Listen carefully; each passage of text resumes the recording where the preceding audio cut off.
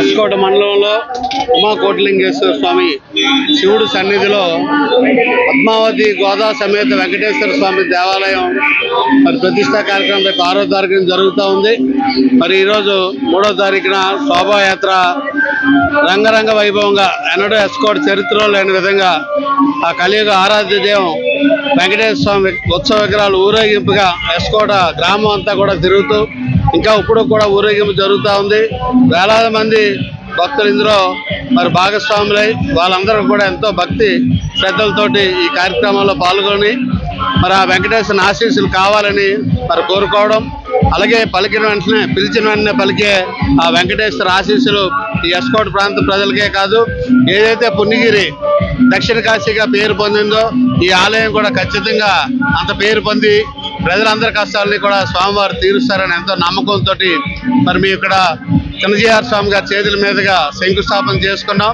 మరి రేపు ప్రతిష్టా కార్యక్రమానికి అహోబిల జీఆర్ స్వామి గారు కూడా వేయించేస్తా ఉన్నారు. మరి చాలా పెద్ద దేవాలయం, మాటల్లో చెప్పేది కాదు. అలాగే పద్మావతి అమ్మవారు అవనండి, గోదాదేవి అవనండి, వెంకటేశ్వర స్వామి విగ్రహం అవనండి, అన్నీ కూడా మరి ఎన్నో విగ్రహాలు చూసాం. కానీ మరి ఇక్కడైతే నిజంగా మళ్ళీ స్వయంభూ విగ్రహాల్లాగే మరి అవి కనిపిస్తూ ఉన్నాయి. మరి పెద్దలందరూ చెప్పడం ఏంటంటే పద్మావతి అమ్మవారు మన రాష్ట్రంలోనే ఇంత అందమైన ఇంత పెద్ద విగ్రహం ఎక్కడ కూడా లేదని చెప్పడం, ఆవిడికి తగ్గ గోదాదేవి అలాగే వెంకటేశ్వర స్వామి విగ్రహం కూడా ఏదైతే తిరుమలలో ఉందో దానికి ఒక అంగుళం తక్కువలో తెచ్చుకున్నాం. వాటితో పాటు మరి ధ్వజస్తంభం సుమారు 50 అడుగులు సోమదేవ వృక్షాన్ని కూడా కన్యాకుమారి నుంచి కూడా తీసుకొని వచ్చి ఇక్కడ ప్రతిష్ఠించడానికి మరి కార్యక్రమాలు కూడా జరుగుతూ ఉన్నాయి.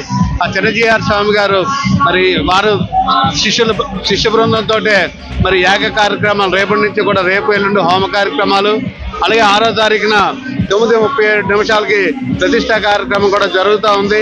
మరి ఈ కార్యక్రమం ప్రజలందరూ కూడా పాల్గొని ఈరోజు పార్టీలకు అతీతంగా నాయకులందరినీ కూడా పిలవడం జరిగింది. వాళ్ళందరూ కూడా మరి ఈ రోజు నుంచే రావడం మొదలెట్టారు. వచ్చిన వాళ్ళందరూ కూడా ఇంత పెద్ద దేవాలయం ఎలా కట్టారు, ఎప్పుడు కట్టారని ఆశ్చర్యపోయే విధంగా దేవాలయం అయితే ఉంది. అన్ని విగ్రహాలు, ఉత్సవ విగ్రహాలు అన్నీ కూడా సరైన సమయానికి తీసుకొని వచ్చి మరి ఈ ప్రాంతంలో కట్టడం నిజంగా మా అందరూ అదృష్టంగా మేము భావిస్తూ ఉన్నాం. ఎందుకంటే ఇటువంటి గొప్ప కార్యక్రమంలో భాగస్వాములు కావడం మా అదృష్టంగా భావించి ప్రజలందరి సహకారంతో మరి ముందుండి ఈ కలియుగ